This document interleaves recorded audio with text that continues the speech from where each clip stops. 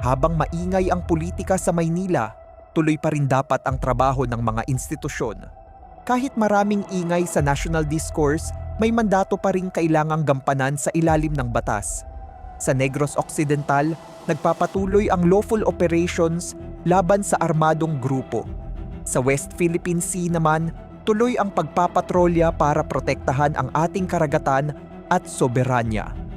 Bilang mamamayan, mahalagang maintindihan na ang pagprotekta sa WPS ay hindi lang tungkol sa teritoryo. Tungkol din ito sa mangingisda, pagkain, at kabuhayan para sa mga Pilipino. Hindi kailangang nasa gobyerno para suportahan ang rule of law at soberanya. Dahil sa huli, ang pagprotekta sa teritoryo ay pagprotekta rin sa kabuhayan ng Pilipino.